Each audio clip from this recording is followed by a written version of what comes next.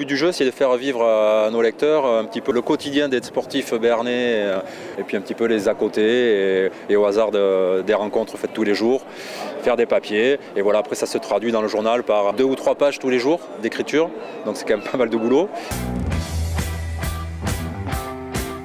Effectivement, c'est un privilège donc, d'être une semaine ici à Londres pour suivre tous nos Béarnais. Donc Tony, évidemment, hein, notre espoir numéro 1 de médaille.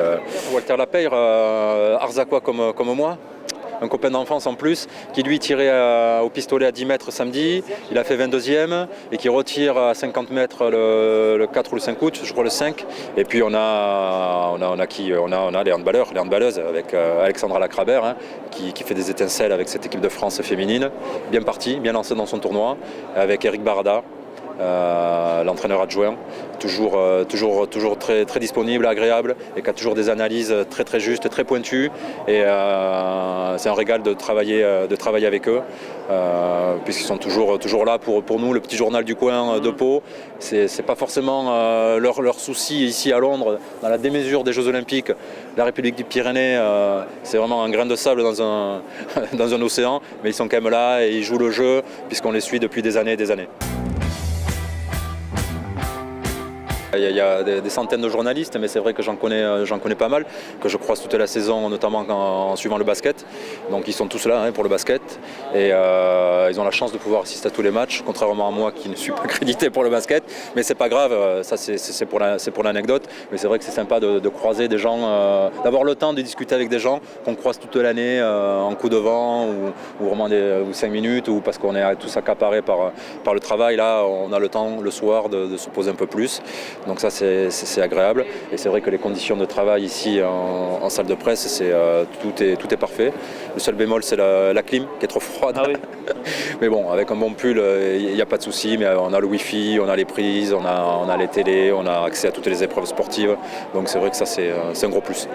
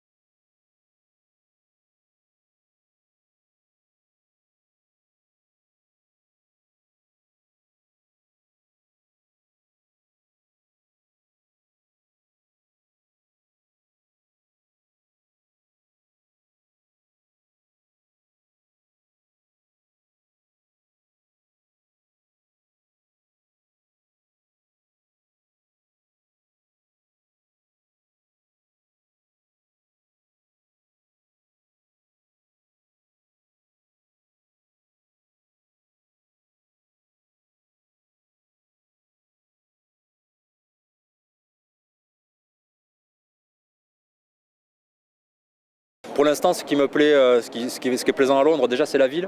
On pouvait s'attendre à du grand n'importe quoi, parce que quand on est en France, on lit des journaux, on voit la télé, et on nous parle de sécurité totalement débordée, de transport en commun à la rue complet, des métros qui sont en panne, et des bus, des bouchons. Et puis miracle de la traversée de la Manche, on arrive ici à Londres et on découvre une ville qui vit, qui a son propre rythme, où c'est pas la cohue, où il y a des touristes, il y a beaucoup de touristes, beaucoup de visiteurs bien sûr là pour les Jeux, mais le centre-ville est super agréable, il n'y a pas trop de bruit, les gens sont cool et on peut prendre tous les transports possibles, il n'y a pas de queue, il n'y a pas de... Voilà, Londres que je découvre aussi, qui est une superbe ville faite de petits quartiers là qui sont côte à côte, hein, de petits villages en fait, et c'est vrai que ça c'est super agréable de prendre le temps de se balader dans cette ville gigantesque, mais qui est finalement super humaine et très sympa à vivre au quotidien.